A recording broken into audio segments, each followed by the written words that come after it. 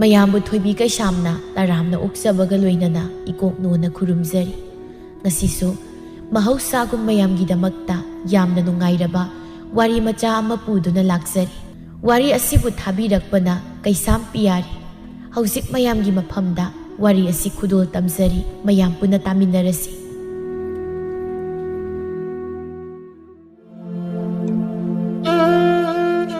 ꯌꯥꯁꯪꯂꯛꯄ ꯃꯇꯝꯅꯤ ꯀꯣꯏꯂꯥꯡ ꯂꯥꯡꯒꯤ ꯂꯝꯖꯥꯎ ꯁꯣꯔꯣꯛꯇꯨ ꯏꯅꯦ ꯇꯣꯝꯕꯤꯒꯤ ꯌꯨ ꯌꯣꯟꯐꯝꯗꯨ ꯃꯤꯅ ꯆꯤꯛꯅ ꯁꯥꯏꯅ ꯉꯝꯗꯦ꯫ ꯀꯥꯡꯁꯤꯁꯨ ꯀꯟꯅ ꯀꯟꯅ ꯈꯤꯡꯉꯤ ꯂꯩꯀꯥꯏ ꯃꯤ ꯊꯣꯛꯂꯛꯅꯕ ꯈꯨꯠꯇ ꯃꯩꯕꯨꯜ ꯄꯥꯏꯗꯨꯅ ꯃꯩꯔꯥ ꯄꯥꯏꯕꯤ ꯏꯃꯥ ꯏꯕꯦꯜꯁꯤꯡꯗꯨ ꯆꯣꯉꯥꯗꯧꯅ ꯃꯈꯣꯏ ꯃꯁꯦꯜ ꯉꯥꯡꯅꯔꯤ꯫ ꯑꯃꯅ ꯉꯥꯡꯉꯤ ꯑꯃꯅ ꯇꯥꯗꯦ, ꯑꯃꯅ ꯉꯥꯡꯉꯤ ꯑꯃꯅ ꯇꯥꯗꯦ, ꯄꯨꯔꯥ ꯁꯪꯁꯥꯔ ꯑꯃꯗꯅꯤ꯫ ꯃꯆꯤꯟꯁꯤꯡꯗꯨꯅ ꯅꯥꯝꯃ ꯏꯄꯣꯝ ꯄꯣꯝꯈꯩ ꯃꯈꯣꯏ ꯈꯔꯗꯨ ꯑꯁꯨꯝꯅ ꯂꯥꯡꯅꯕꯒꯤ ꯃꯈꯣꯜ ꯇꯥꯕꯗ ꯂꯥꯡꯂꯦꯟ ꯃꯅꯥꯒ ꯊꯥꯡꯒꯠꯇꯅ ꯇꯥꯔꯤ꯫ ꯆꯥꯛꯀ ꯊꯣꯡꯐꯝ ꯈꯪꯗꯦ ꯃꯄꯨꯔꯣꯏꯕ ꯌꯨꯉꯧꯕꯗꯨꯁꯨ ꯃꯅꯥꯛꯇꯨꯗ ꯐꯝꯗꯨꯅ ꯀꯔꯤ ꯀꯔꯤꯅꯣ ꯃꯇꯣꯝꯇ ꯉꯥꯡꯏ꯫ ꯍꯩꯁ ꯈꯤꯡꯉꯤ ꯈꯤꯡꯉꯤ ꯀꯥꯡꯁꯤ ꯈꯤꯡꯉꯤ ꯀꯥꯡ ꯍꯥꯏꯅ ꯁꯣꯏꯗꯅꯃꯛꯀꯤ ꯀꯅꯥꯅꯣꯝ ꯐꯥꯔꯝꯃꯅꯤ ꯁꯤꯗꯤ ꯑꯩ ꯆꯠꯇ ꯌꯥꯔꯣꯏꯗꯧꯔꯦ ꯅꯠꯇ꯭ꯔꯗꯤ ꯏꯆꯦꯟꯗꯣꯟꯁꯤꯡꯅ ꯊꯣꯛꯂꯛꯇꯦꯗꯅ ꯑꯩꯕꯨ ꯑꯃꯨꯛ ꯉꯥꯡꯕ ꯇꯥꯔꯦ꯫ ꯆꯥꯛꯁꯤꯅ ꯁꯤꯅꯅꯦ ꯃꯣꯏꯒꯤ ꯊꯣꯛꯄ ꯊꯣꯡꯖꯍꯧꯔꯁꯅꯤꯗ ꯑꯩ ꯆꯠꯂꯦꯍꯦ ꯅꯨꯄꯥ ꯅꯪ ꯑꯗ꯭ꯋꯥꯏꯗꯅꯦ ꯉꯥꯎ ꯂꯩꯍꯧꯔꯣ ꯃꯄꯥꯟ ꯊꯣꯛꯂꯛꯀꯅꯨꯀꯣ ꯅꯪ ꯑꯃꯨꯛ ꯐꯥꯕꯤꯅꯤ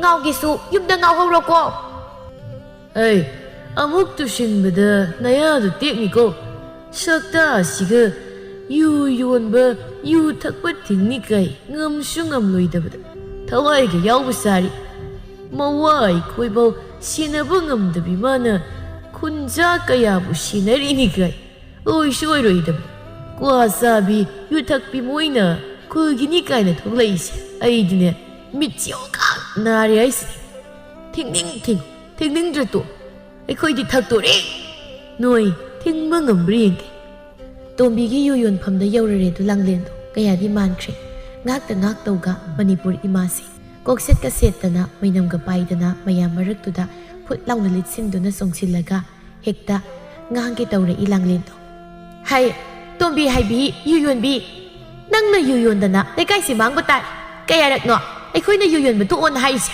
ꯅꯪ ꯌꯥꯗꯦ ꯅꯅꯥꯗ ꯇꯥꯗꯦꯕ ꯅꯅꯥꯗ ꯍꯥꯞꯇꯦ ꯅꯠꯇ꯭ꯔꯣ ꯅꯪ ꯃꯩꯔꯥ ꯄꯥꯏꯕꯤ ꯑꯩꯈꯣꯏꯁꯦ ꯌꯥꯝ ꯎꯁꯤꯠꯇ꯭ꯔꯦ꯫ ꯉꯁꯤꯗꯒꯤ ꯍꯧꯖꯤꯛꯃꯛꯇꯒꯤ ꯌꯨ ꯌꯣꯟꯕ ꯂꯦꯞꯀꯗꯕꯅꯤ꯫ ꯅꯣꯏꯒꯨꯝꯕ ꯁꯃꯥꯖ ꯃꯥꯡꯍꯟꯕ ꯀꯌꯥꯁꯦ ꯁꯦꯟꯅꯔꯤꯉꯩꯗ ꯑꯩꯈꯣꯏ ꯁꯦꯜ ꯇꯥꯟꯐꯝ ꯈꯪꯗ꯭ꯔꯦ꯫ ꯃꯦꯔꯥ ꯆꯥꯎꯔꯦꯜ ꯅꯣꯏ ꯑꯅꯤꯅ ꯌꯨ ꯊꯛꯂꯒ ꯈꯠꯅꯔꯤꯅ ꯀꯔꯤꯒꯤꯅꯣ ꯍꯥꯠꯇꯣꯛꯅꯧ ꯌꯥꯗ꯭ꯔꯣ꯫ ꯅꯨꯡꯁꯤꯅ ꯀꯩꯅꯣ ꯂꯥꯡꯂꯦꯟ ꯄ꯭ꯔꯕꯞ ꯂꯥꯛꯂꯒ ꯃꯔꯤ ꯃꯈꯣꯡ ꯁꯝꯅꯗꯕ ꯉꯥꯛꯇ ꯍꯥꯏꯔꯤꯕꯗꯨꯕꯣ꯫ ꯑꯣ ꯃꯣꯏ ꯑꯅꯤꯅ ꯐꯥꯔꯤꯁꯦ ꯌꯨ ꯊꯛꯄꯒꯤ ꯅꯠꯇꯦꯌꯦ ꯑꯣ ꯇꯣꯝꯕꯤꯒꯤ ꯌꯨ ꯌꯣꯟꯐꯝ ꯃꯃꯥꯡꯁꯤꯗꯅꯦ ꯅꯨꯄꯤꯒꯤꯗꯃꯛ ꯈꯠꯅꯔꯤꯕ ꯑꯄꯪꯁꯤꯡꯁꯦ ꯅꯨꯄꯤꯅ ꯑꯅꯤꯃꯛ ꯍꯨꯟꯗꯣꯛꯄꯤꯔꯝꯃꯒꯅꯦ ꯆꯠꯈ꯭ꯔꯦꯌꯦ꯫ ꯃꯈꯣꯏ ꯑꯅꯤꯁꯦ ꯅꯨꯄꯤ ꯐꯪꯍꯧꯗꯕꯒꯤ ꯈꯠꯅꯔꯤꯕ ꯑꯗꯨꯒꯤ ꯈꯥꯝꯗꯣꯛ ꯌꯥꯗꯕꯒꯤ ꯀꯥꯡꯁꯤ ꯈꯤꯡꯂꯤꯕꯅꯤ꯫ ꯑꯁ ꯃꯥꯏꯗ ꯑꯗꯨꯗꯤ ꯀꯅꯥ ꯈꯪꯖꯩꯌꯦꯒꯦ ꯑꯗꯨꯗꯤ ꯅꯣꯏꯗꯤ ꯉꯁꯥꯏꯅ ꯍꯥꯏꯌꯨ ꯌꯥꯗ꯭ꯔꯣ꯫ ꯑꯁ ꯁꯣꯝꯗꯅꯩꯅ ꯅꯪ ꯍꯧꯔꯣꯏ ꯃꯇꯥꯒꯨꯝ ꯆꯥꯛꯀꯗꯣ ꯂꯣꯏꯔꯝꯗ ꯆꯦꯜꯂꯛꯂꯒ ꯀꯩꯁꯨ ꯂꯩꯕ ꯋꯥꯒꯤ ꯑꯣꯏꯔꯝꯗ꯭ꯔꯕ ꯅꯨꯄꯤꯅ ꯂꯪꯊꯣꯛꯄꯤꯔꯝꯕꯒꯤ ꯑꯣꯏꯔꯕ ꯋꯥ ꯑꯣꯏꯔꯦ꯫ ꯅꯁꯛꯁꯦ ꯃꯁꯛꯁꯤꯡꯁꯦ ꯊꯤꯃꯜꯂꯦ ꯅꯨꯄꯤꯅ ꯄꯥꯝꯕ ꯁꯛꯇꯥ ꯇꯥꯗꯤꯌꯦ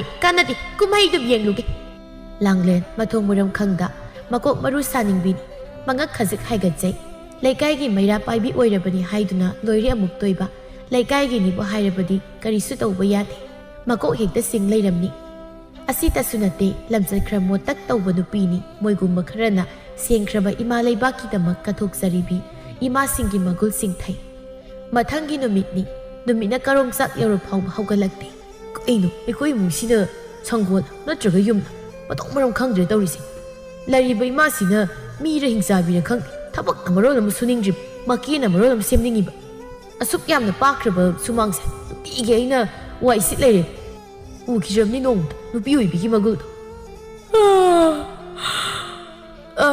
ꯅꯨꯃꯤꯠ ꯊꯣꯛꯑꯝꯃꯦꯅꯦ ꯇꯧꯔꯤꯁꯦ ꯑꯩꯗꯤ ꯅꯨꯃꯤꯠ ꯊꯣꯛꯄꯒ ꯑꯝꯇ ꯈꯪꯍꯧꯗ꯭ꯔꯦ ꯇꯧꯔꯤꯁꯦ꯫ ꯉꯜꯂꯤꯗ ꯅꯨꯃꯤꯠ ꯊꯣꯛꯑꯁꯨ ꯇꯧꯔꯤꯁꯤ ꯌꯦꯡꯉꯨ ꯏꯃꯥꯅꯤ ꯀꯥꯏ ꯍꯥꯏꯅꯤꯡꯗꯦꯕ ꯃꯤꯒꯤ ꯃꯃꯥꯡꯗ ꯍꯛꯀꯥꯝ ꯆꯜꯂꯅꯤ ꯀꯥꯏ ꯇꯧꯔꯤꯁꯤ ꯌꯦꯡꯉꯨ ꯁꯟ ꯆꯥꯖꯦꯟꯕꯤꯅ ꯍꯦꯛ ꯍꯛꯀꯥꯝ ꯆꯟꯕ ꯃꯥꯜꯂꯗꯅ꯫ ꯑꯣ ꯉꯜꯂꯤ ꯏꯃꯥꯒꯤꯗꯤ ꯍꯧꯖꯤꯛꯁꯦ ꯑꯣꯟꯊꯣꯛꯅ ꯉꯜꯂꯤꯗ ꯉꯥꯏꯍꯥꯛꯀ ꯇꯨꯝꯃꯨꯈꯤꯒꯦꯔ ꯏꯃꯥ ꯉꯜꯂꯤꯕꯅꯤꯅ ꯏꯃꯥꯅ ꯇꯧꯒꯗꯕ ꯊꯕꯛꯁꯤꯅ ꯅꯆꯥ ꯄꯥꯈꯪꯉꯩꯅ ꯁꯨꯝ ꯇꯧ ꯂꯩꯔꯕꯅꯤꯅ ꯑꯩꯗꯤ ꯅꯨꯄꯤ ꯊꯤ ꯈꯪꯉꯅꯤ꯫ ꯍꯦ ꯇꯨꯃꯤꯟ ꯂꯩꯌꯨ ꯁꯛꯇꯥꯗꯨꯒ ꯅꯨꯄꯤꯒꯁꯨ ꯊꯤꯅꯤꯡꯉꯤ ꯃꯥꯜꯂꯦꯅꯦ꯫ ꯉꯔꯥꯡꯗꯣ ꯀꯨꯝꯍꯩ ꯌꯦꯡ ꯆꯠꯂꯨꯕ ꯑꯗ ꯈꯔ ꯊꯦꯡꯗꯣꯛꯈ꯭ꯔꯦ ꯑꯗꯨꯒꯤ ꯇꯨꯝꯁꯤꯠ ꯐꯥꯗ ꯇꯧꯔꯤꯕꯅꯤ꯫ ꯐꯥꯔꯣꯏ ꯇꯨꯝꯁꯤꯠꯀ ꯏꯃꯥꯅꯕꯨ ꯅꯣꯡꯃꯇ ꯇꯨꯝꯁꯤꯠ ꯐꯥꯕ ꯀꯔꯝ ꯀꯥꯟ ꯌꯥꯎꯒꯦ꯫ ꯑꯥꯏ Masi miyao singri kian na ba mapot masay sisa. Putoga ki grade tawisi. Ima, hanu thangda yam yeking da.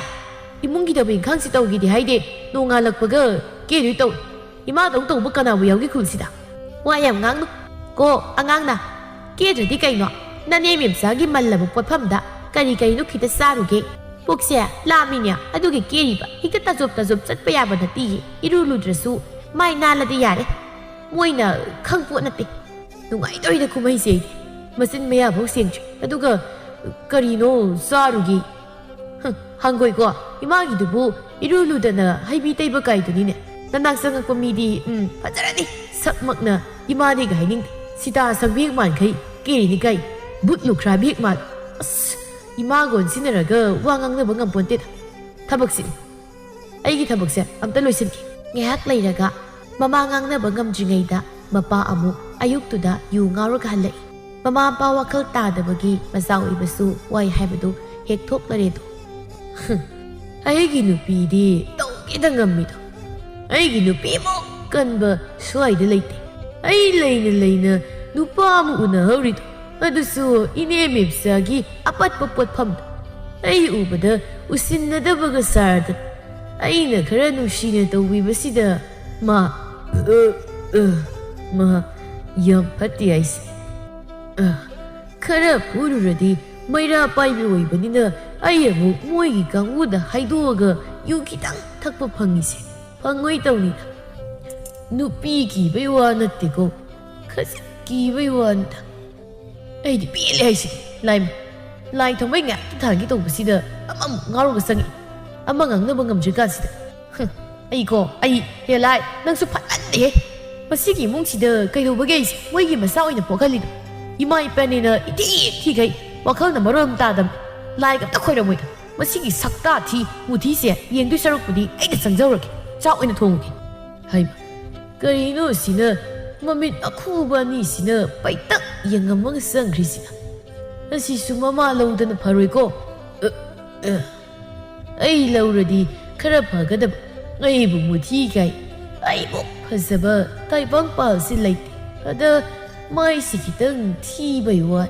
Ay, nga, napalaga, karigi mong dasangkri. Napagi pasaraba sa tamsi. Yung hanggilayra mo na. Lumidang ni Langlen, mayumdahan sini khangdi. Pura maning tamlabi nupi. Masa layri, mawalayri haiba, kazik pao may ngakti. Lamahang duda, mudhiga, nupi man yuthakay. Langlen, nang ay nairi si kuy. Masito, sigan bi oy na tawdana nga tak sidokibadagi ayaw si ngawsat na ragalay. Nang karatu na ay ginagdalaw haiba na tro. Nang napiyo haiba na piri. Kari gino, ha? Nang na haiba na iyari da. Nanggi kari na ning tungdagi. Napuroy ba niya na yuray subo da nang napunsida wana sa nalingi hari. Kanaro, ay gitong ilo. O nupa, ay ginupa to manang mo am tatap thaw kay daw kaya. Ay siya, isa pa kang para. Ay siya, nang ginanakta layningi. Adayagta, nang ginanakta lakpa yada tawri. Nayhamba do, kari oy haw ni. Ay na, nang ginanakta ladya. Ay siloy, kangi ba. Ngay ngamda ba taw no, tengisi, nayumhan na ba taw. Ay siya lagi ko, kasi kidi kay narasi ko. Langlet, amambalambel aduda, nupi oy bimana, yumagi mayayda, akiba matayaw dahalay. Kang draboy asa sinupi ni haiba. Mana asum na tawraga minagkari hay na kini kan kini kangte. Ngayaki nungay ba da tawri tunggi punsi kari sumipay ba tawte. Ay wakal tawa saraga chatayate is kayo. Moy mayam umsilisyan. Kana pay zalaw. Asuk kenga kansida amta dum sangaga yinguke. Ateng bada lampak ta yu taklambagi moy kara paduna moy kayana ngangdu layrami. Nungsina. Nati, noy na sumna ayuk nungtil numidang kaktagay sumay na sum sana yun ay nagalayraga hayri bro. Hawgalakliban na hasing kisu kara kalunya. Noy na lamdam na batare. Tunggi yubi apaba layraroy kaya rak no ay koy na noy na hayri siya. Noy ay koy musitri ro. Masiday sida ay koy na ahin tumdagay noy bangai. Aduga moy na masiday sida. Imay bilsa puzilo. Masigi warak pangamdaw masasingsi puzilo. Langlen. Kay daw re hayba no kay daw na re hari no. Numidang ama matheng masida noi da ngang nam dai khoi si wari ne. Hey, yu sida thanu si yati ta de ba.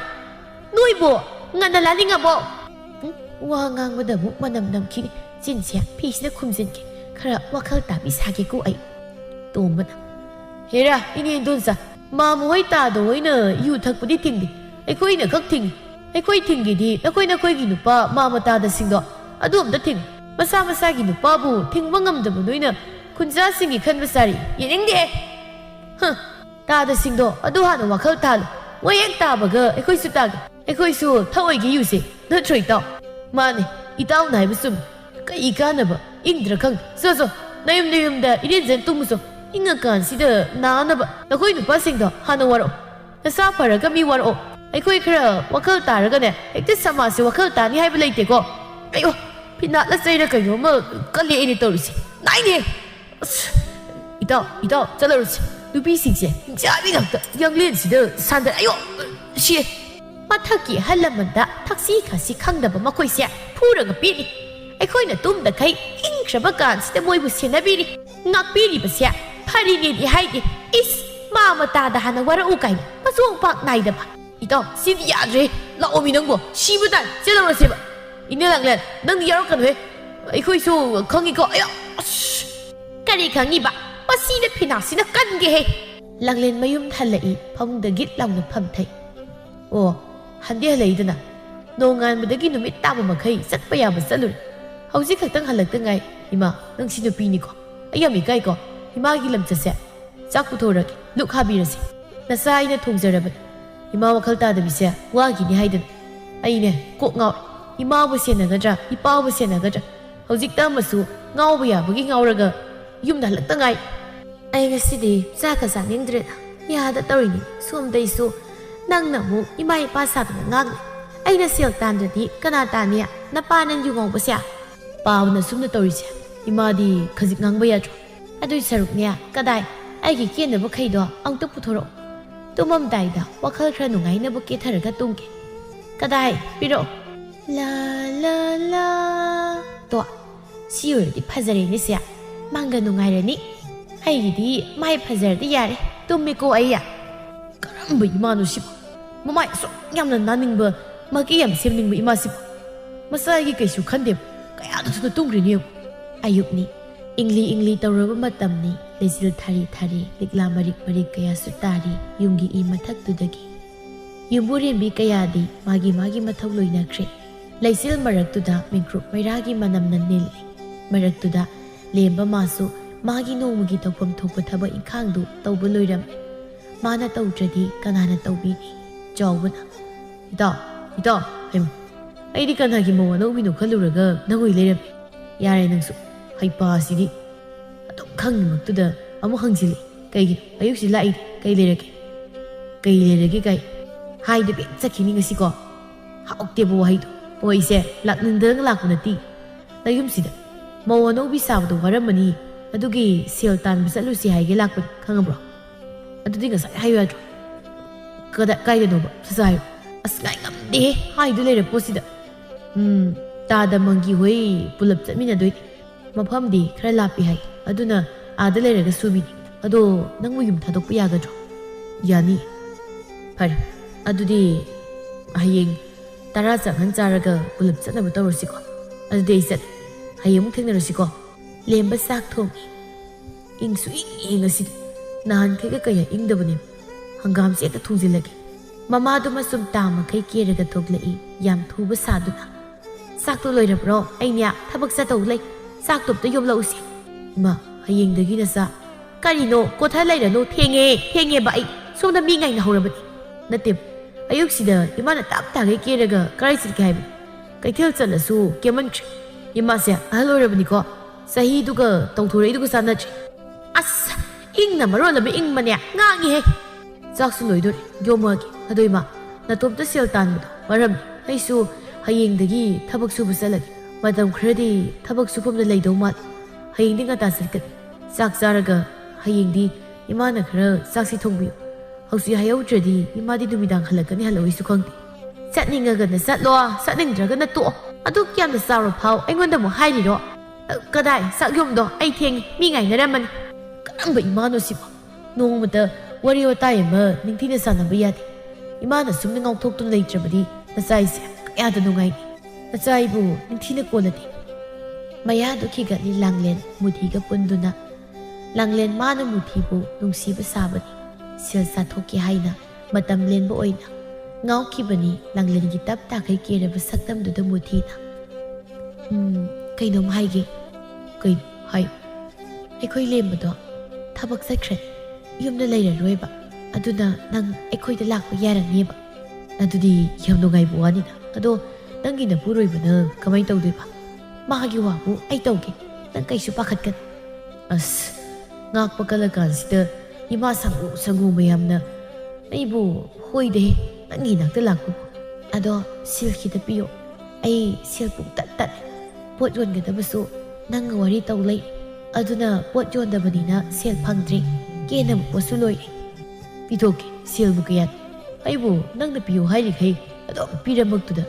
ꯁꯤꯅꯤ ꯌꯥꯔꯗ꯭ꯔꯣ ꯌꯥꯔꯅꯤ ꯅꯪꯁꯦ ꯌꯥꯝ ꯐꯩꯌꯦ ꯃꯊꯪꯒꯤ ꯅꯨꯃꯤꯠꯅꯤ ꯂꯦꯝꯕ ꯀꯣꯏꯔꯥꯡ ꯂꯥꯡꯏ ꯃꯆꯥ ꯃꯥꯅ ꯍꯥꯏꯖꯕꯗꯨ ꯃꯃꯥ ꯑꯣꯏꯕꯤ ꯃꯥꯗꯨ ꯀꯥꯎꯊꯣꯛꯂꯕꯣꯏꯔꯦ ꯅꯠꯇ꯭ꯔꯒ ꯊꯑꯣꯏꯒꯤ ꯇꯧꯒꯦꯅ ꯇꯧꯕꯤꯗ꯭ꯔꯕ꯭ꯔꯥ ꯈꯪꯗꯦ ꯏꯃꯥꯁꯦ ꯍꯧꯖꯤꯛꯐꯥꯎ ꯍꯧꯒꯠꯇ꯭ꯔꯤꯅꯤ ꯑꯩꯅ ꯆꯥꯛ ꯂꯣꯏꯔꯁꯤꯐꯥꯎ ꯊꯦꯡꯕ ꯇꯥꯔꯤ ꯆꯥꯛꯁꯤ ꯈꯔ ꯍꯥꯟꯅ ꯆꯥꯊꯣꯛꯑꯒꯦ ꯑꯗꯨꯒ ꯏꯇꯥꯎꯆꯥꯎ ꯍꯣꯏꯗ ꯆꯠꯂꯒꯦ ꯑꯩꯕꯨ ꯉꯔꯥꯡ ꯂꯣꯏꯅ ꯌꯣꯝꯈ꯭ꯔꯕꯗꯥꯏꯅꯦ ꯌꯣꯝꯈ꯭ꯔꯕꯅꯤꯗ ꯑꯩꯒꯤ ꯄꯨꯒꯗꯕꯁꯤꯡꯗꯣ ꯃꯆꯥ ꯑꯩꯅ ꯂꯝꯗ ꯆꯠꯂꯝꯗꯥꯏꯁꯤꯗ ꯏꯃꯥꯁꯦ ꯍꯧꯒꯠꯂꯗꯤ ꯐꯒꯗꯕꯅꯤ ꯄꯥꯕꯁꯨ ꯌꯨꯝꯗ ꯂꯩꯇꯦ ꯑꯩꯕꯨ ꯀꯅꯥꯝ ꯍꯥꯏꯔꯝꯗꯕꯤ ꯆꯠꯄꯗꯤ ꯅꯨꯡꯉꯥꯏꯇꯦ ꯏꯃꯥꯁꯦ ꯍꯧꯗꯣꯛꯀꯦ ꯏꯃꯥꯎ ꯑꯁ ꯀꯔꯤꯅꯣ ꯏꯃꯤꯌꯥ ꯉꯥꯏꯍꯥꯛꯇ ꯇꯨꯝꯕꯁꯤꯗ ꯇꯨꯝꯐꯝ ꯈꯪꯗꯦ ꯄꯪꯀꯧꯗ ꯀꯧꯔꯤꯗꯤ ꯀꯔꯤꯒꯤꯅꯣ ꯏꯃꯥ ꯅꯆꯥ ꯆꯠꯂꯨꯈꯤꯒꯦ ꯂꯝꯗ ꯆꯠꯂꯝꯗꯥꯏꯗ ꯏꯃꯥꯅ ꯃꯅꯝ ꯅꯝꯕꯤꯕꯁꯦ ꯐꯩ ꯍꯥꯏ ꯏꯃꯥꯁꯦ ꯅꯝꯕꯤꯌꯨ ꯀꯅꯥ ꯍꯥꯏꯅꯣ ꯇꯥꯅꯤꯡꯗꯦ ꯑꯁ ꯅꯪꯒꯤ ꯆꯠꯐꯝ ꯊꯣꯛꯄꯗꯣ ꯑꯗꯨꯝ ꯆꯠꯂꯨ ꯌꯥꯗ꯭ꯔꯣ ꯑꯗꯣ ꯏꯃꯥ ꯅꯆꯥ ꯆꯠꯂꯨꯈꯤꯒꯦ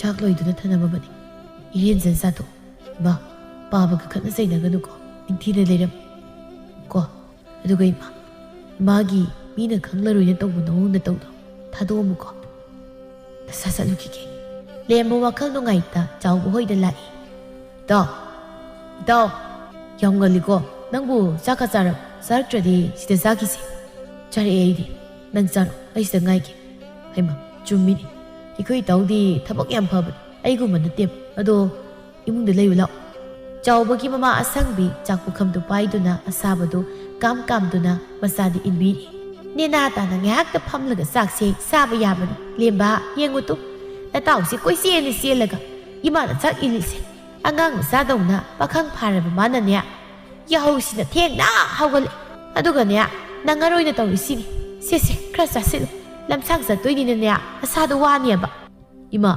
ꯑꯩ ꯈꯨꯠꯅ ꯆꯥꯔꯒꯦ ꯂꯣꯏꯁꯤꯟꯕ ꯂꯣꯏꯔꯦ ꯐꯨꯟꯅꯤꯅꯦ ꯅꯪꯕꯣ ꯇꯞꯅ ꯆꯥꯎ ꯁꯤ ꯏꯁꯤꯡꯗꯨ ꯁꯤꯗ ꯂꯩ ꯂꯦꯝꯕ ꯅꯇꯥꯎ ꯅꯣꯏꯔꯅꯤ ꯍꯣꯔꯦꯟ ꯂꯝꯕꯤꯗ ꯆꯥꯛ ꯂꯥꯝꯃꯛꯑꯁꯨ ꯏꯃꯥ ꯇꯔꯥ ꯆꯥꯛꯄꯨ ꯌꯣꯝꯕꯤꯒꯦꯀꯣ ꯃꯐꯝꯗꯨꯗ ꯌꯧꯕꯒ ꯈꯨꯜ ꯑꯗꯨꯒꯤ ꯂꯥꯏꯗꯨ ꯏꯔꯦꯟꯖꯅ ꯅꯤꯡꯖꯧꯀꯣ ꯂꯝ ꯆꯠꯂꯕꯗꯤ ꯑꯁꯥꯎꯕ ꯀꯌꯥ ꯊꯥꯗꯣꯛ ꯃꯤꯒ ꯈꯠꯅ ꯆꯩꯅꯒꯅꯨꯀꯣ ꯍꯣꯏ ꯏꯃꯥ ꯁꯦ ꯏꯃꯥ ꯃꯅꯝ ꯅꯝꯕꯤꯔꯒꯦ ꯏꯃꯥꯒꯤ ꯆꯥꯎꯕ ꯏꯃꯥꯅ ꯃꯅꯝ ꯅꯝꯊꯣꯛꯀꯦꯁꯦ ꯂꯝꯕꯤꯗ ꯂꯝꯈꯥꯡꯗ ꯂꯥꯏ ꯐꯠꯇꯕ ꯊꯦꯡꯅꯔꯁꯨ ꯏꯃꯥꯅ ꯉꯥꯛꯊꯣꯛꯄꯤꯒꯦ ꯃꯇꯝ ꯄꯨꯝꯅꯃꯛꯇ ꯏꯃꯥꯁꯦ ꯅꯪꯒꯤ ꯅꯅꯥꯛꯇ ꯂꯩ ꯍꯥꯏꯗꯅ ꯈꯜꯂꯨꯀꯣ ꯅꯤꯡꯊꯤꯅ ꯆꯠꯂꯨ ꯅꯇꯥꯎꯒ ꯂꯝꯕꯤꯗ ꯁꯨꯝ ꯂꯥꯛꯏ ꯈꯪꯍꯧꯗ ꯂꯦꯝꯕ ꯉꯁꯥꯏꯗꯒꯤ ꯊꯤꯡꯖꯤꯜꯂꯨꯕ ꯃꯤꯠꯂꯨ ꯑꯅꯤꯗꯨ ꯁꯤꯟꯊꯔꯛꯏ ꯃꯇꯥꯎ ꯎꯈꯤꯅꯤ ꯍꯥꯏꯅ ꯐꯠ ꯇꯩꯊꯣꯛꯏ ꯅꯨꯡꯁꯤꯈ꯭ꯔꯕꯣꯏꯔꯦ ꯃꯕꯨꯛꯅꯤꯡꯗꯣ ꯃꯤꯒꯤ ꯃꯃꯥꯒꯤ ꯃꯇꯧ ꯎꯕꯗ ꯃꯥꯒꯤꯁꯨ ꯇꯧꯍꯟꯅꯤꯡꯉꯤ ꯃꯃꯥ ꯑꯣꯏꯕꯤ ꯃꯥꯅ ꯑꯗꯨꯕꯨ ꯀꯔꯤꯁꯨ ꯅꯨꯡꯁꯤꯕ ꯃꯇꯧ ꯎꯠꯂꯛꯇꯕꯗꯨꯗ ꯄꯨꯛꯅꯤꯡ ꯅꯨꯡꯁꯤꯔꯛꯈꯤꯕꯅꯤ ꯃꯤꯒꯤꯗꯤ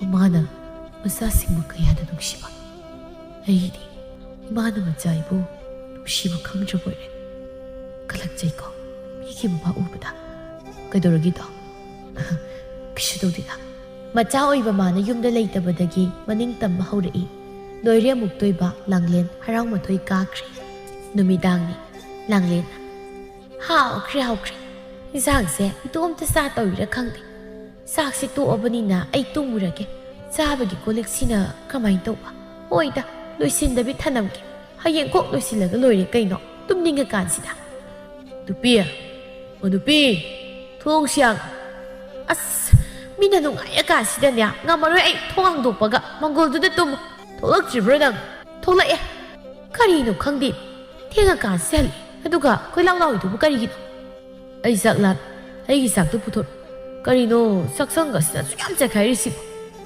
Aibu sakhayo marak sida saksau hairibra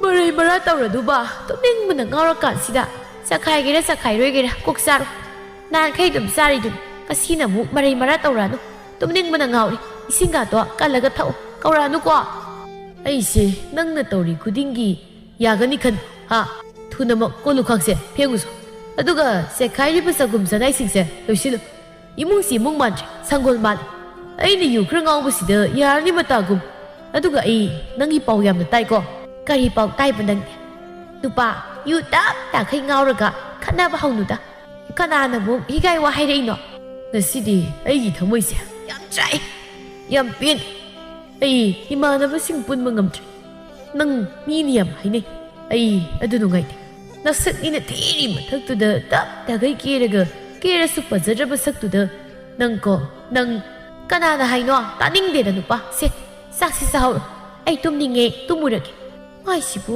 asengi khanga zala ai ga tamudi ga mari lei nei sia ai kamai tau ai kai si su phate he ai na khasi mai ke za basi da panari thabak lei jabani da kana di tumuge loire amuk toiba imung mangol do lemba lei ngai da di yumbu mali hauzik na sangol ni hinna nal nupi ma oibagi imungi thaba ing khang tawni khangde nongan badagi numit ta ba phauba mamai da keraga lei langningi lang ngauningi ngau tawraga lei Chayol amamuk haukre miyamna ninphung ngangna bhaure e langlengi maramda tungsina aikhoi khut sida mitna bayam leiko nongmodi soitrabani thengna ba ngai ni phage dana saubi na kanano nya aisu singna ba mi budi lei maming ma thaga de haire roi phaji phawbadi aikhoi gi marakta su yaure ngamjade paga panaba masinna marol ama kaliba hari hari masa su pakhang pharaban is kariya mapa thokpina marol ama sariba sakmakna keri ni kai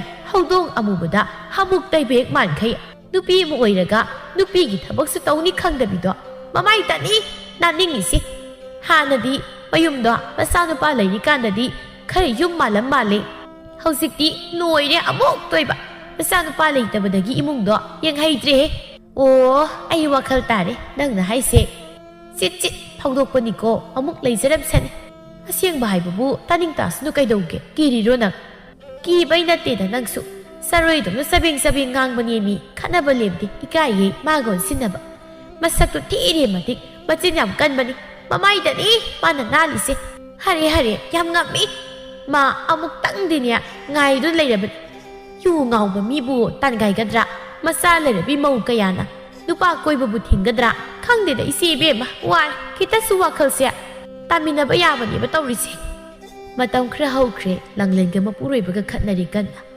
nupi ngasidi sabsabi wa mangangnasi nang ai nang ta lei hai natraga ma gi man ta lei hai asing bam hai ai nang se mayak siang na khang yang yum si yum mali nupi moi bagi yungi thabak tawni su khang de nungan madagi numit ta phawba thi khrabana sak tu da tak ta khai kesil aduga naya du da ngang khai lambi lamjau da sat ai ne wa yam na ngangning de ko namai nan ma khak yarui na sa du khra nal kai ngo nang na ngang ni du ba nang ni le pham tok ba yu khra thak laga le ba ya dro ai ne mai khajik nan ba sida atuk yam yeng sili sikari gi da ha ai ne kana da kai do ba hayu ni hayu ba kana da ai ne kai do ba hayu ba nana du ta no nga madagi numit ta ba phawba adup chali do tadi nang si mau ni kau rap ai bo hai bi di hai ko mau ni nang na salib lam chato isil si na phok panik de ai su sau bai ko chalo namai do nan ga da bi saru imung mangol se am ta wai sit lam seng toru sibo yum mali imung ga se ko fai oi kan ka sa yuk sa bi ko lu khak tu na sing bu wang na paisi do thab chalo am ta thabak toru so ngam zati ai thabak tau ba kai nang yam ngang ning bra nang yu thak sel do ai na tra pi ri ba do aduna ne ai na tau ba thabak ta yela kan na khut on na sau mi ta sang gi tau sai para kalak chingai de ne imungi thabak tau so nang chai ne kalak sani ko hera na khut na sa kan yaro kan du da ai se nang ne ta na khut na sa yaw ba ya ba mi ro nang gi da nak ta yam lai ni ngap tai man ro siki su thok ta ba nang on da ai le janing di ge yu thak ba yu rai su ba nang na law bu nu pi ne bo kaya ma thong sa ni ge ai oi ma na ge asing bi sai si ga kalak ta na ga tau i de nang gi da nak ta ai se yam lai ni ngap tai man ro ai ni su lai ba ngi lai ba ngak ta ni ai ꯆꯠꯆꯈꯤꯒꯦ ꯅꯥꯏꯃꯤ ꯅꯪꯕꯣ ꯉꯥꯎꯔꯕ꯭ꯔꯥ ꯀꯔꯤꯅꯣ ꯐꯨꯔꯦ ꯉꯥꯡꯉꯦ ꯀꯥꯏꯅ ꯀꯩꯁꯨ ꯏꯀꯥꯏꯕ ꯄꯣꯛꯇꯦꯅꯦ ꯃꯁꯦ ꯑꯀꯤꯕ ꯂꯩꯇꯦ ꯃꯁꯥꯁꯤꯗ ꯊꯑꯣꯏꯅ ꯑꯗꯨꯝ ꯆꯠꯈꯤꯅꯦ ꯃꯁꯦ ꯍꯥꯏ ꯀꯗꯥꯏꯗꯅꯣ ꯅꯪꯅ ꯆꯠꯂꯤꯕꯗꯣ ꯅꯪ ꯉꯁꯤ ꯌꯨꯝꯗ ꯍꯜꯂꯛꯑꯣ ꯀꯩꯗꯧꯒꯦ ꯌꯦꯡꯉꯨ ꯅꯪ ꯌꯨꯝꯒꯤ ꯅꯨꯄꯤ ꯑꯃꯅꯤ ꯁꯤ ꯅꯪ ꯀꯥꯎꯒꯅꯨꯀꯣ ꯅꯪ ꯅꯨꯃꯤꯗꯥꯡ ꯋꯥꯏꯔꯝꯅꯤ ꯆꯥꯎꯕꯅ ꯏꯇꯥꯎ ꯀꯩ ꯌꯨꯝꯗ ꯆꯠꯂꯨꯒꯦ ꯍꯥꯏꯕꯕꯨ ꯍꯌꯦꯡ ꯑꯣꯏꯅ ꯆꯠꯂꯨ ꯅꯨꯃꯤꯠꯁꯨ ꯇꯥꯗꯕ ꯂꯝꯅꯦꯅ ꯅꯛꯄꯁꯨ ꯅꯠꯇꯦ ꯄꯥꯕꯒ ꯏꯃꯥꯒꯗꯣ ꯁꯦꯜ ꯈꯤꯇ ꯊꯤꯜꯂꯨꯒꯦ ꯀꯨꯏꯔꯦ ꯏꯃꯥ ꯄꯥꯕꯗꯣ ꯎꯗꯕ ꯉꯁꯤꯗꯤ ꯌꯥꯝ ꯎꯅꯤꯡꯉꯤ ꯑꯩ ꯉꯥꯛꯇ ꯆꯠꯂꯨꯈꯤꯒꯦ ꯍꯌꯦꯡ ꯉꯟꯇꯥ ꯂꯥꯛꯀꯦ ꯏꯇꯥꯎ ꯅꯪꯅ ꯅꯤꯡꯈꯤꯕ ꯈꯟꯈꯤꯕ ꯋꯥꯈꯜꯁꯦ ꯍꯦꯛ ꯍꯣꯡꯗꯦꯗꯀꯣ ꯑꯁꯨꯛ ꯊꯦꯡꯉꯀꯥꯟꯁꯤꯗ ꯍꯌꯦꯡ ꯑꯩꯒ ꯄꯨꯂꯞ ꯆꯠꯃꯤꯟꯅꯁꯤ ꯀꯩꯗꯧꯒꯦ ꯏꯇꯥꯎ ꯅꯪ ꯑꯩꯕꯨ ꯐꯥꯔꯗꯣ ꯑꯩ ꯉꯁꯤꯗꯤ ꯏꯃꯥ ꯌꯥꯝꯅ ꯎꯅꯤꯡꯉꯤ ꯍꯟꯗꯛꯇꯤ ꯏꯃꯥꯗꯣ ꯀꯨꯏꯔꯦ ꯎꯔꯛꯇꯕ ꯉꯁꯤꯗꯤ ꯏꯃꯥꯒꯤ ꯀꯔꯤꯅꯣꯃꯁꯨ ꯀꯩꯊꯦꯜ ꯐꯥꯎꯗꯨꯅ ꯍꯜꯂꯛꯄꯗ ꯂꯩꯕꯤꯒꯦ ꯈꯜꯂꯤ ꯈꯪꯗꯦ ꯉꯁꯤꯗꯤ ꯏꯃꯥ ꯌꯥꯝ ꯎꯅꯤꯡꯉꯤ ꯅꯣꯏꯗꯁꯨ ꯆꯪꯉꯝꯃꯨꯔꯥ ꯌꯥꯗ꯭ꯔꯕꯅꯤꯅ ꯏꯔꯦꯟꯖꯅ ꯆꯠꯂꯣꯀꯣ ꯑꯩꯗꯤ ꯆꯠꯂꯅꯤꯡꯗꯦ ꯊꯦꯡꯉꯀꯥꯟꯁꯤꯗ ꯁꯤ ꯏꯇꯥꯎ ꯅꯪꯅ ꯌꯨꯝꯂꯣꯝꯗ ꯆꯠꯇꯣꯏꯅꯤꯅ ꯏꯃꯥꯗ ꯁꯦꯜꯁꯦ ꯈꯔ ꯄꯤꯔꯝꯃꯨ ꯑꯗꯨꯒ ꯏꯃꯥꯗꯣ ꯑꯅꯥ ꯑꯌꯦꯛ ꯌꯥꯎꯗꯕ꯭ꯔꯥ ꯍꯥꯏꯅ ꯈꯔ ꯍꯪꯕꯤꯔꯝꯃꯨꯀꯣ ꯍꯌꯦꯡ ꯉꯟꯅ ꯃꯐꯝꯁꯤ ꯂꯥꯛꯎꯀꯣ ꯏꯇꯥꯎꯕꯨ ꯉꯥꯏꯔꯝꯒꯦ ꯏꯔꯦꯟꯖꯅ ꯆꯠꯂꯣ ꯂꯦꯝꯕ ꯋꯥꯈꯜ ꯌꯥꯝꯅ ꯅꯨꯡꯉꯥꯏꯅ ꯃꯌꯨꯝ ꯇꯝꯅ ꯍꯜꯂꯛꯏ ꯃꯇꯝꯗꯣ ꯈꯔ ꯊꯦꯡꯖꯤꯜꯂꯛꯂꯦ ꯑꯃꯃ ꯃꯔꯛꯇꯨꯗ ꯀꯩꯊꯦꯜꯗ ꯌꯧꯔꯦ ꯏꯃꯥꯒꯤ ꯐꯅꯦꯛ ꯑꯃꯒ ꯏꯅꯐꯤ ꯑꯃꯒ ꯂꯩꯕꯤꯒꯦ ꯑꯗꯨꯒ ꯄꯥꯕꯒꯤꯅ ꯈꯨꯗꯩ ꯑꯃ ꯂꯩꯈꯤꯒꯦ ꯈꯪꯗꯦꯗ ꯌꯨꯝ ꯌꯥꯝ ꯌꯧꯅꯤꯡꯉꯤ ꯏꯃꯥꯗꯣ ꯌꯥꯝ ꯎꯅꯤꯡꯉꯤ ꯏꯅꯦ ꯁꯤ ꯄꯨꯂꯞꯁꯤꯗ ꯁꯦꯜ ꯂꯨꯄꯥ ꯀꯌꯥ ꯇꯥꯔꯦ ꯑꯣ 10 ꯍꯥꯏꯕ ꯉꯥ ꯃꯆꯥ ꯑꯃꯒ ꯂꯩꯈꯤꯒꯦꯗ ꯊꯦꯡꯖꯤꯜꯂꯤꯅꯦ ꯇꯧꯔꯤꯁꯦ ꯃꯝꯈ꯭ꯔꯦ ꯅꯤꯡꯊꯝ ꯊꯥꯒ ꯑꯣꯏꯕꯒ ꯌꯨꯝ ꯌꯧꯗꯣꯏꯗꯤ ꯋꯥꯠꯂꯤꯍꯦ ꯌꯨꯝꯅꯤꯡꯅ ꯈꯥꯡꯕ ꯉꯝꯗ꯭ꯔꯦ ꯇꯧꯔꯤꯁꯦ ꯁꯣꯝꯗꯅ ꯊꯥꯝꯕꯧꯅ ꯀꯔꯥꯏꯗꯕꯨ ꯆꯠꯈ꯭ꯔꯕꯖꯥꯠ ꯉꯁꯥꯏꯗꯒꯤ ꯆꯠꯈꯤꯕꯗꯣ ꯍꯧꯖꯤꯛꯐꯥꯎ ꯍꯜꯂꯛꯇꯦꯅꯦ ꯃꯁꯤ ꯐꯖꯈꯤꯗ꯭ꯔꯦꯗꯀꯣ ꯃꯁꯦ ꯍꯧꯖꯤꯛꯄꯨ ꯑꯩꯕꯨ ꯀꯔꯥꯏꯗ ꯊꯤꯔꯨꯅꯤ ꯑꯃꯝꯕ ꯃꯔꯛꯁꯤꯗ ꯅꯨꯄꯤ ꯋꯥꯈꯜ ꯇꯥꯗꯕ ꯂꯧꯕꯁꯤꯁꯨ ꯋꯥꯏꯀꯣ ꯑꯩꯗꯤ ꯋꯥꯈꯜ ꯌꯥꯝ ꯇꯥꯕꯅꯤꯅ ꯑꯩꯅ ꯂꯧꯕ ꯅꯨꯄꯤꯕꯨ ꯀꯌꯥ ꯃꯊꯣꯡ ꯆꯥꯅꯤꯒꯦ ꯑꯩ ꯃꯁ꯭ꯋꯥꯏꯐꯥꯎꯗ ꯆꯠꯂꯨꯁꯤꯔꯥ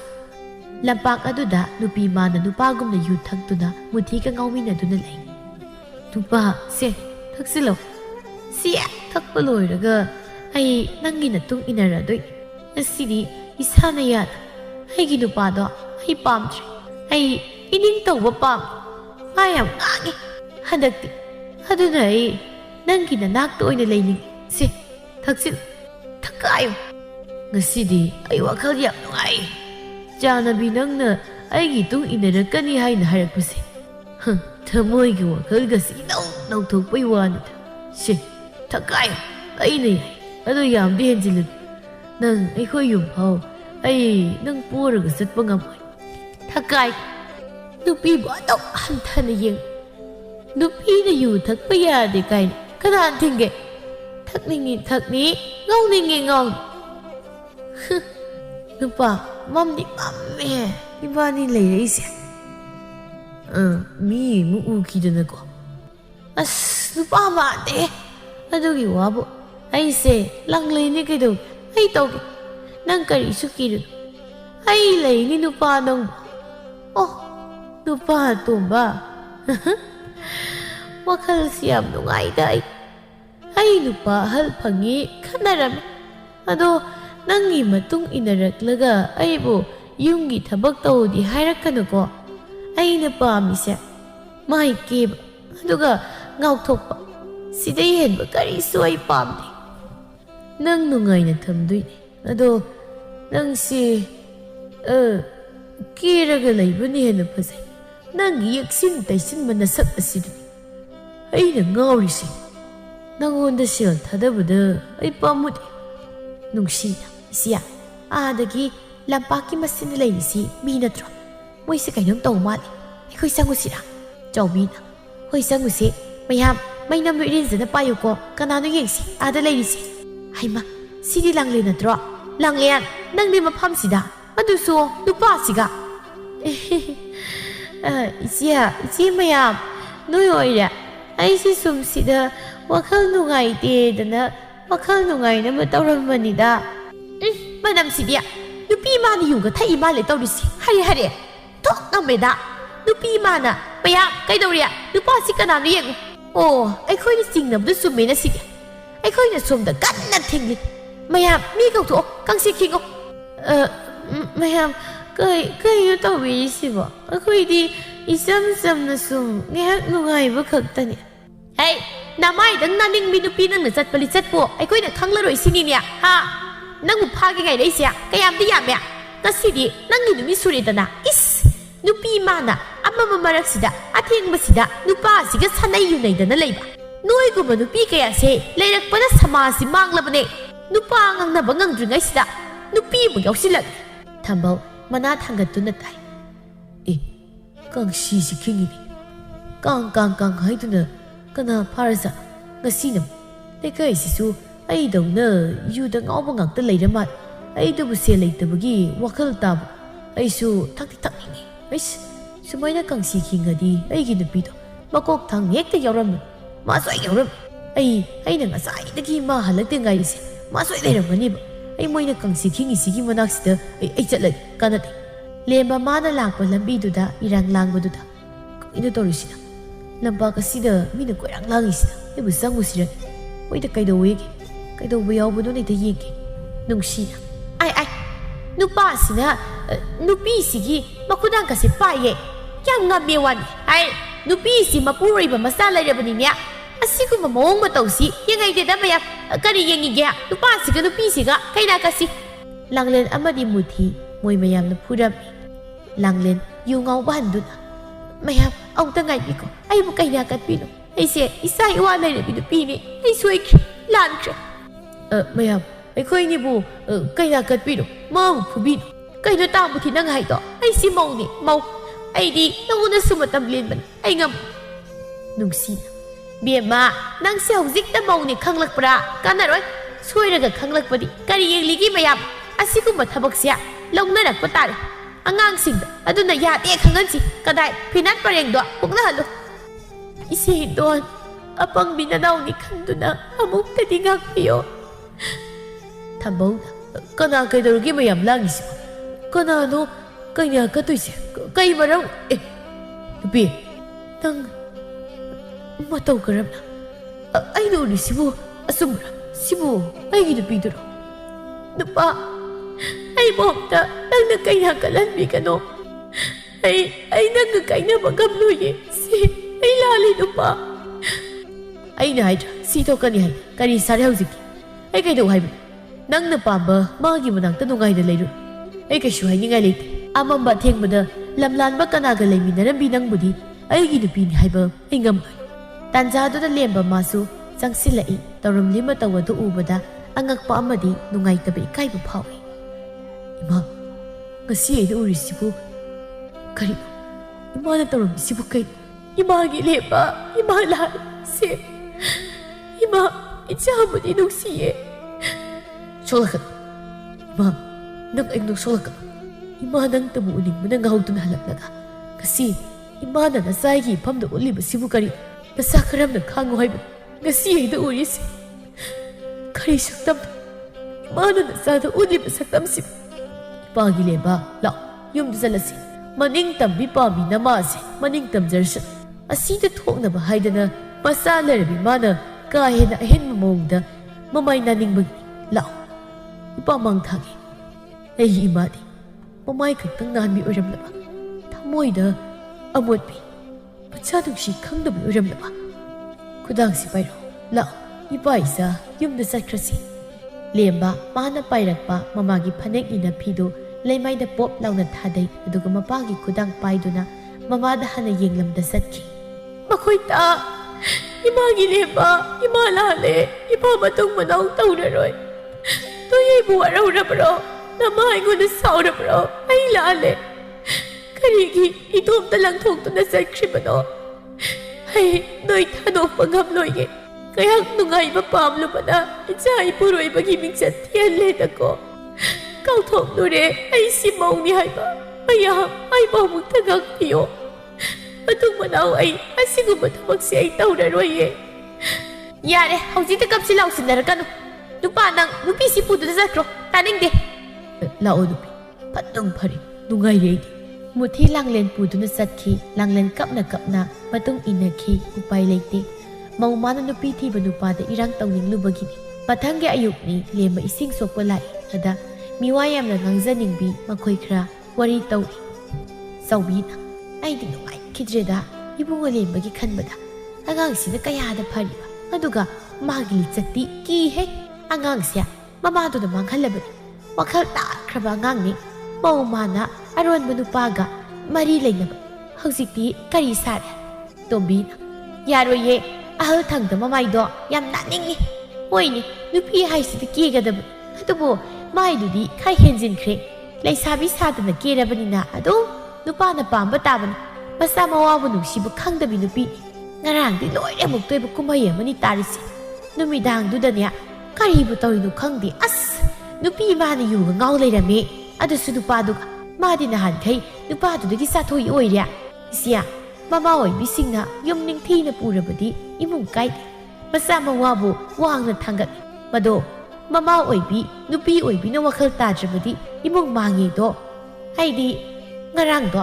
ꯑꯁ ꯐꯨꯖꯤꯟꯅꯤꯡꯕꯅꯦ ꯃꯁꯛꯇꯣ ꯅꯨꯡꯁꯤꯗꯕꯒꯤ ꯅꯠꯇꯦꯕ ꯃꯆꯥꯗꯨꯅ ꯃꯔꯣꯜ ꯑꯃ ꯐꯔꯤꯕ ꯐꯔꯁꯨ ꯐꯠꯇ꯭ꯔꯁꯨ ꯃꯆꯥ ꯅꯨꯄꯥꯗꯣ ꯄꯥꯈꯪ ꯐꯥꯔꯕꯅꯤ ꯍꯥꯏꯕꯅꯤ ꯀꯔꯤ ꯑꯣꯏꯔꯝꯒꯅꯤ ꯃꯆꯥꯗꯣ ꯃꯃꯥꯅ ꯑꯗꯨꯝꯅ ꯇꯧꯔꯛꯄꯗꯣ ꯑꯩꯍꯣꯏꯗꯤ ꯁꯤꯈꯤꯕꯅ ꯐꯔꯦꯗ ꯇꯥꯕ ꯂꯥꯛꯄ ꯉꯝꯂꯛꯇ꯭ꯔꯦ ꯂꯦꯝꯕ ꯋꯥꯈꯜ ꯃꯥꯅ ꯋꯥꯔꯛꯂꯕ ꯅꯨꯡꯉꯥꯏꯇ꯭ꯔꯕꯗ ꯌꯨꯗ ꯇꯥꯏꯅꯩ ꯃꯄꯨꯟꯁꯤꯒꯤ ꯌꯨ ꯊꯛꯇ꯭ꯔꯤꯕ ꯂꯦꯝꯕ ꯃꯃꯥꯒꯤ ꯑꯃꯣꯠꯄ ꯂꯝꯆꯠꯅ ꯊꯃꯣꯏꯗ ꯇꯥꯅ ꯊꯤꯟꯕꯒꯨꯝ ꯊꯣꯛꯇꯨꯅ ꯌꯨ ꯇꯞ ꯇꯥꯈꯩ ꯉꯥꯎꯗꯨꯅ ꯍꯜꯂꯛꯏ ꯃꯌꯨꯝꯗ ꯈꯥꯡꯕ ꯂꯥꯛꯄ ꯉꯝꯗ꯭ꯔꯦ ꯍꯣꯏ ꯆꯥꯕ ꯉꯝꯗ꯭ꯔꯦ ꯑꯩꯒꯤꯁꯨ ꯈꯤꯇ ꯈꯜ ꯑꯩꯁꯨ ꯃꯤꯅꯤ ꯀꯩꯗꯧ ꯑꯃꯗ ꯆꯠꯂꯨ ꯏꯃꯥꯒꯤ ꯋꯥꯔꯤ ꯑꯃꯗ ꯆꯠꯂꯨ ꯏꯃꯥꯒꯤ ꯋꯥꯔꯤ ꯃꯥꯏꯁꯤ ꯄꯨꯔꯒ ꯃꯄꯥꯟ ꯊꯣꯛꯄ ꯉꯝꯗ꯭ꯔꯦ ꯏꯃꯥ ꯋꯥꯈꯜ ꯇꯥꯕꯤ ꯑꯃꯕꯨ ꯏꯃꯥ ꯑꯣꯏꯅ ꯐꯪꯉꯨꯗꯅ ꯅꯨꯡꯉꯥꯏ ꯌꯨꯅꯦꯅ ꯑꯣꯀꯥꯁꯨ ꯈꯥꯏ ꯑꯣꯗꯣꯛ ꯈꯥꯈ꯭ꯔꯦꯗ ꯀꯣꯛꯀꯁꯤ ꯄꯨꯕ ꯊꯥꯡꯕ ꯉꯝꯗ꯭ꯔꯦ ꯑꯣ ꯄꯥꯕ ꯅꯆꯥ ꯌꯨ ꯊꯛꯄ ꯍꯩ ꯅꯆꯥ ꯅꯨꯄꯥ ꯊꯣꯛꯏ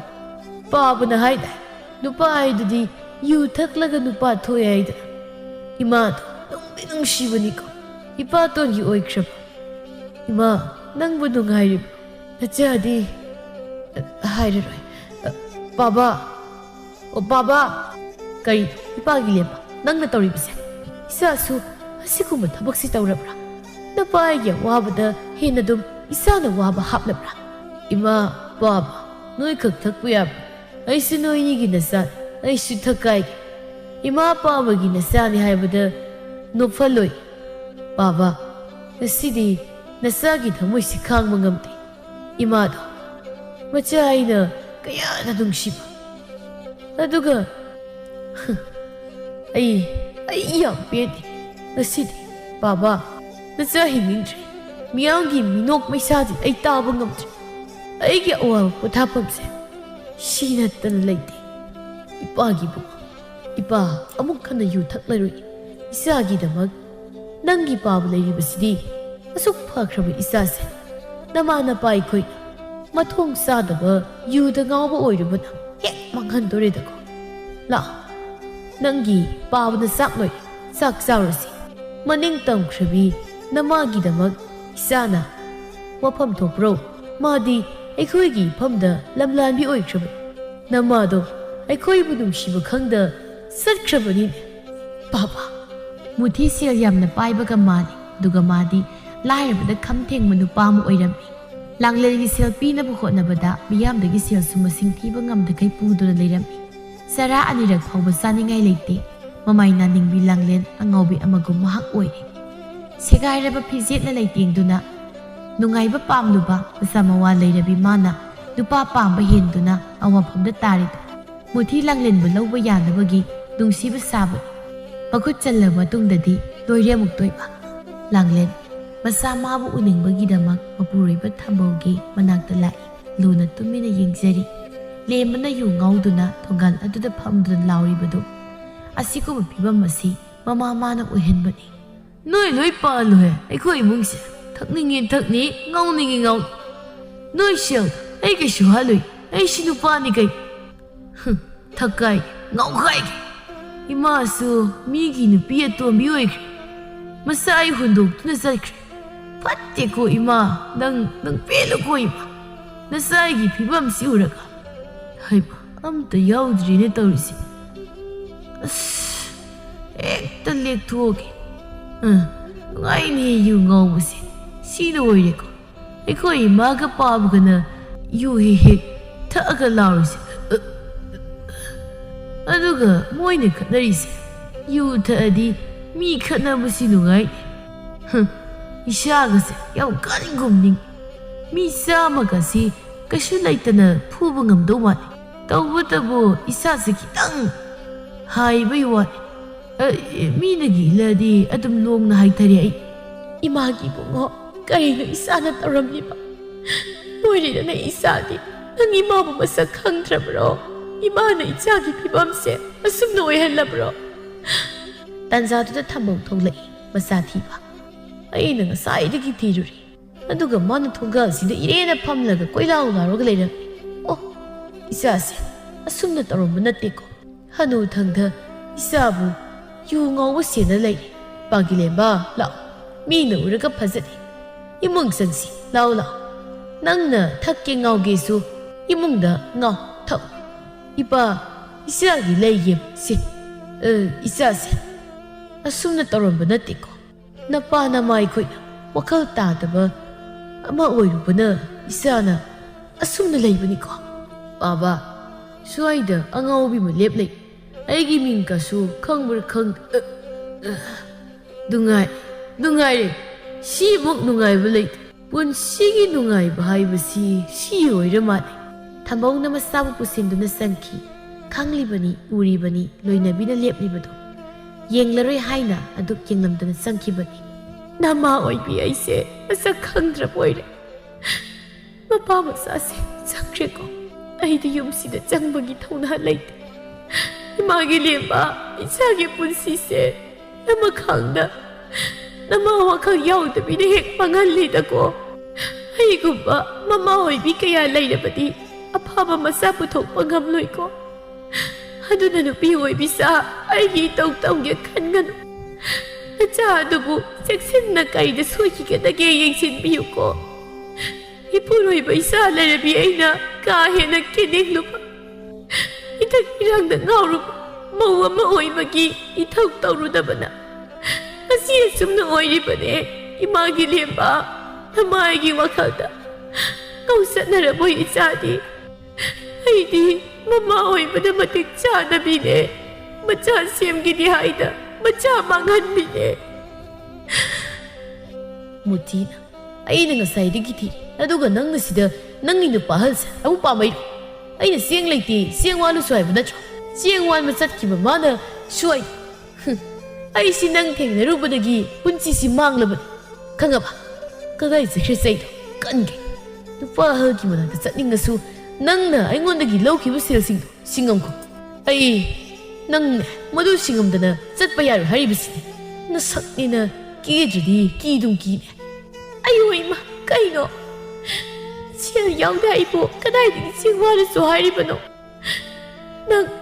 ꯅꯪꯇꯕꯨ ꯊꯕꯛ ꯊꯥꯅꯅꯕ ꯍꯣꯠꯅꯕꯗ ꯏꯐꯤ ꯐꯅꯦꯛ ꯐꯥꯎꯕ ꯑꯅꯤ ꯁꯨꯅ ꯁꯦꯠꯅꯤꯡꯉꯥꯏ ꯂꯩꯇ꯭ꯔꯦ ꯑꯩꯕꯨ ꯐꯨꯒꯗꯕꯒꯤ ꯁꯔꯨꯛ ꯑꯩꯕꯨ ꯍꯥꯠꯇꯣꯛꯄꯤꯔꯣ ꯑꯩ ꯍꯤꯡꯅꯤꯡꯗ꯭ꯔꯦ ꯁꯤ ꯄꯨꯝꯅꯃꯛ ꯑꯩꯅ ꯃꯥꯏꯗ ꯅꯥꯅꯤꯡꯂꯨꯕꯒꯤꯅꯦ ꯑꯩꯅ ꯇꯧꯕꯅ ꯑꯩꯅ ꯐꯪꯉꯦ ꯆꯠꯂꯣ ꯌꯥꯝ ꯊꯨꯅ ꯆꯠꯂꯣ ꯀꯔꯤꯅꯣ ꯃꯤꯕꯨ ꯁꯟ ꯏꯔꯣꯏ ꯐꯨꯕꯗꯧꯅ ꯐꯨꯔꯤꯕꯁꯤꯕꯣ ꯑꯌꯣ ꯅꯥꯏꯌꯦ ꯑꯁꯨꯝꯅ ꯃꯨꯊꯤꯅ ꯂꯥꯡꯂꯦꯟꯕꯨ ꯁꯟ ꯏꯔꯣꯏ ꯐꯨꯕꯗꯧꯅ ꯐꯨꯗꯨꯅ ꯃꯌꯨꯝ ꯇꯥꯅ ꯆꯠꯈꯤ ꯃꯃꯥ ꯃꯥꯒꯤ ꯃꯑꯣꯡꯅ ꯃꯆꯥ ꯃꯥꯒꯤ ꯐꯤꯕꯝꯗꯨ ꯑꯗꯨꯛ ꯌꯧꯅ ꯁꯣꯛꯍꯟꯈ꯭ꯔꯕ ꯑꯣꯏꯔꯦ ꯋꯥꯈꯜꯅꯕꯨ ꯅꯨꯡꯉꯥꯏꯇ꯭ꯔꯕꯗꯤ ꯀꯔꯝꯕ ꯃꯤꯑꯣꯏꯕꯅ ꯅꯨꯡꯉꯥꯏꯅ ꯍꯤꯡꯒꯅꯤ ꯋꯥꯈꯜ ꯇꯥꯗꯕ ꯃꯃꯥ ꯃꯄꯥꯅ ꯃꯆꯥ ꯃꯥꯡꯍꯜꯂꯤ ꯍꯥꯏꯕꯗꯨ ꯊꯣꯛꯂꯔꯦꯗꯣ ꯂꯦꯝꯕꯗ ꯃꯃꯥ ꯑꯣꯏꯕꯤꯅ ꯌꯨꯝꯒꯤ ꯌꯨꯝꯕꯨꯔꯦꯝꯕꯤ ꯃꯆꯥꯕꯨ ꯀꯩꯗ ꯁꯣꯏꯈꯤꯒꯗꯒꯦ ꯌꯦꯡꯁꯤꯜꯂꯝꯂꯕꯗꯤ ꯑꯁꯨꯝꯅ ꯋꯥꯅ ꯂꯦꯜꯂꯝꯃꯣꯏ ꯂꯥꯡꯂꯦꯟ ꯉꯥꯏꯍꯥꯛꯀꯤ ꯀꯦꯅꯤꯡꯕ ꯂꯥꯡꯅꯤꯡꯂꯨꯕꯅ ꯀꯔꯤꯁꯨ ꯈꯟꯊꯍꯧꯗ ꯅꯨꯡꯉꯥꯏꯕ ꯄꯥꯝꯂꯨꯕ ꯂꯥꯡꯂꯦꯟ ꯄꯣꯂꯣꯏꯗ ꯑꯋꯥꯕ ꯇꯥꯈꯤ ꯃꯃꯥ ꯃꯄꯥ ꯑꯣꯏꯕꯁꯤꯡꯅ ꯃꯆꯥ ꯑꯣꯏꯕꯁꯤꯡꯒꯤ ꯊꯃꯣꯏ ꯊꯨꯒꯥꯏꯕꯤꯔꯣꯏꯁꯤ ꯆꯩꯅꯥꯁꯤꯅ ꯃꯔꯝ ꯑꯣꯏꯔꯒ ꯑꯐꯕ ꯑꯣꯏꯒꯗꯕꯕꯨ ꯐꯠꯇꯕꯔꯣꯝꯗ ꯏꯔꯥꯛꯅꯗꯨꯅ ꯃꯇꯣꯝꯇ ꯄꯨꯟꯁꯤꯒꯤ ꯑꯃꯥꯡꯕ ꯏꯄꯥꯛꯇ ꯃꯗꯣꯝ ꯆꯣꯡꯊꯖꯩ ꯂꯥꯡꯂꯦꯟꯅ ꯋꯥꯈꯜ ꯇꯥꯕꯤ ꯃꯃꯥ ꯑꯣꯏꯔꯝꯂꯕꯗꯤ ꯉꯁꯤ ꯂꯦꯝꯕꯗ ꯊꯣꯛꯂꯤꯕ ꯊꯧꯗꯣꯛꯁꯤ ꯊꯣꯛꯂꯝꯗꯕꯁꯨ ꯌꯥꯏ ꯃꯥꯏꯊꯣꯡꯇꯪ ꯅꯥꯟꯕꯗꯤ ꯀꯥꯟꯅꯗꯦ ꯃꯔꯨ ꯑꯣꯏꯔꯤꯕꯗꯤ ꯊꯃꯣꯏ ꯂꯝꯆꯠ ꯅꯥꯟꯕꯅꯤ